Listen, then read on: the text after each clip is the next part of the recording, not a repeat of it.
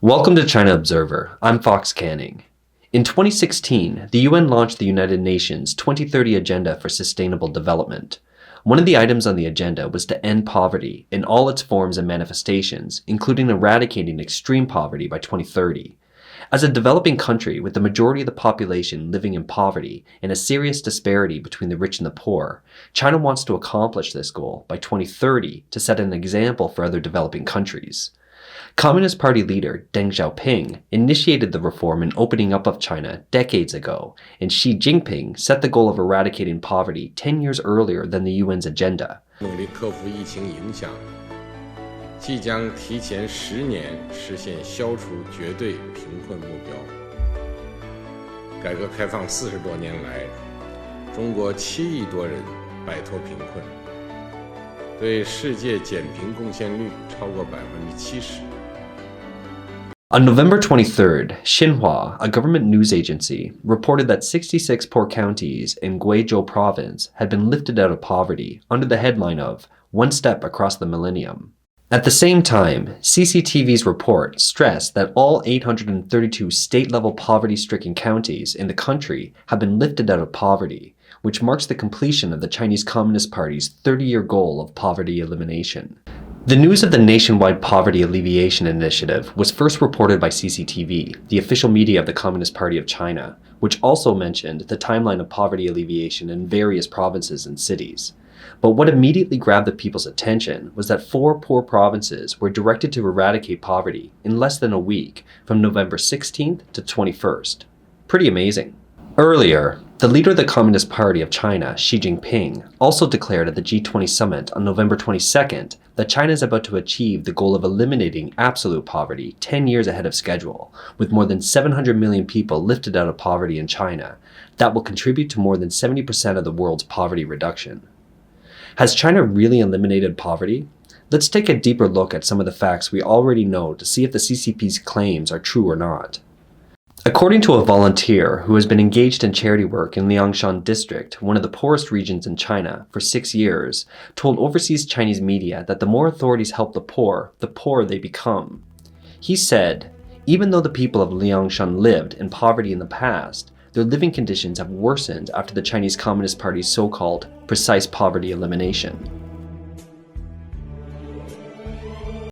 For example, the central government has set a poverty alleviation target mission in each village, offering each household 40,000 yuan to rebuild the houses. But the renovation comes with a price. All materials and labor are required to be purchased from government-designated companies. It costs about 80,000 yuan to build the house, so the poor have to borrow 40,000 yuan themselves and become indebted and poorer.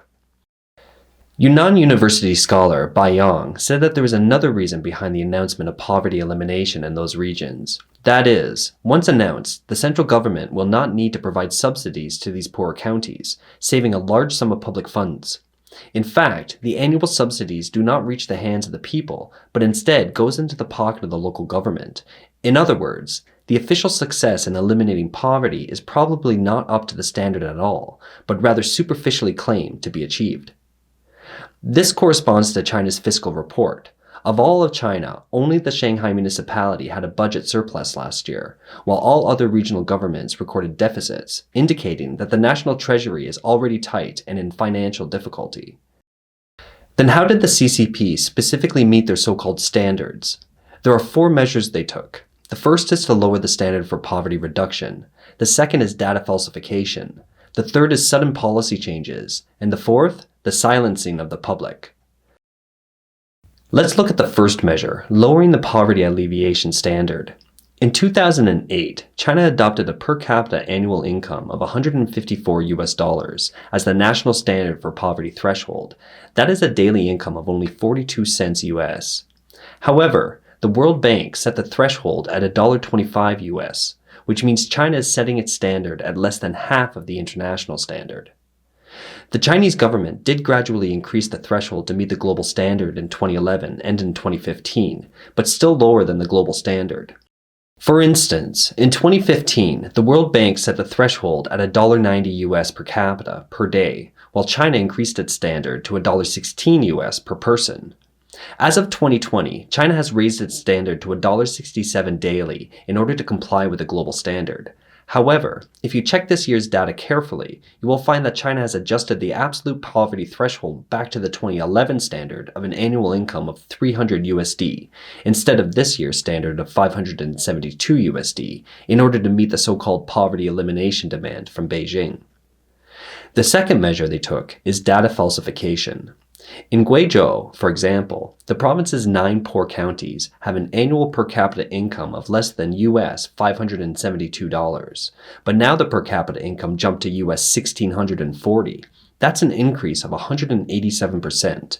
Even with China's strong GDP development, such a miracle is impossible.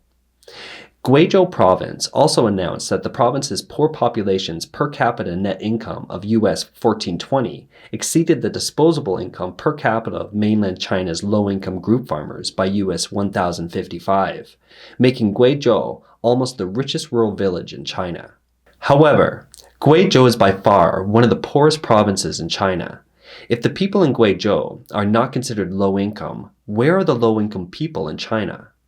Not only are the Chinese people skeptical, but even the official State Department has expressed doubts about this data. For instance, just a few days ago, on November 20th, Chinese Premier Li Keqiang hosted a video conference with some local government officials on the economic situation and told the government officials who attended the conference that you have to tell the truth. His statement somewhat indicates that Li Keqiang himself does not trust the data reported by local governments. In order to achieve political goals, China made some sudden policy changes. On November 23rd, the Chinese Communist Party State Council's Poverty Alleviation Office announced new standards on the rural low-income insurance, raising its insurance coverage from 413, which was established in 2015, to 835 in the third quarter of 2020, which is higher than the new poverty threshold standard of 572. The sudden policy change means that the government can simply lift all the poor people out of poverty overnight. Of course, the insurance won't go into the hands of the poor households. From provincial to regional, the government will deduct them under various names or in the name of development funds, or in the name of collective planning, or in the name of social welfare protection. What finally goes into the hands of the poor is estimated to be less than 1/3 of the original amount. If all that doesn't work out, the government will silence the public on this issue. As a political mission, getting rid of poverty has been an important reference for Chinese officials' promotion for more than 20 years.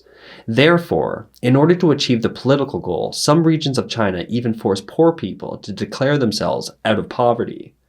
On November 20th, 2019, the Beijing News reported that a villager in Yunnan province was reported by his village committee for refusing to sign a declaration of poverty alleviation. According to the report, the villager's net income was 830 USD a year after including the national subsidies and low-income insurance. But the villager insisted that not a single penny had been given and refused to sign the declaration. Bitter Winter magazine also reported that in a village in Herzha City, Shandong province, a couple of farmers living on less than half an acre of land with an ill husband and meager income of $71 per month were ordered by the local government to lie about their annual family income.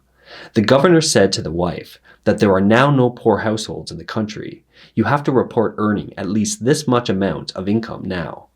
As the wife was forced to declare the false income, the governor told her again, Communist Party will only help those who do what they are told, and threatened that if she did not cooperate, her last bit of subsidy would be revoked.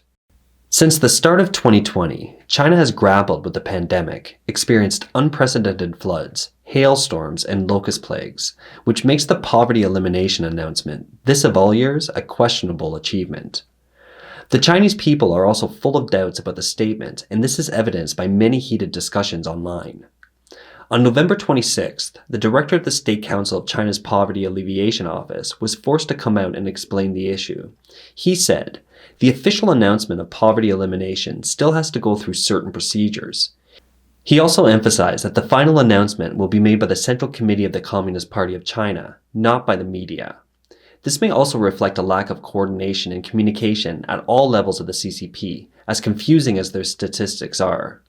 After all, one of the most important political tasks that Xi Jinping has put forward since he took office is to get rid of poverty by 2020. In communist China, local governments at all levels will make the party's objective happen no matter what, but only at a superficial level.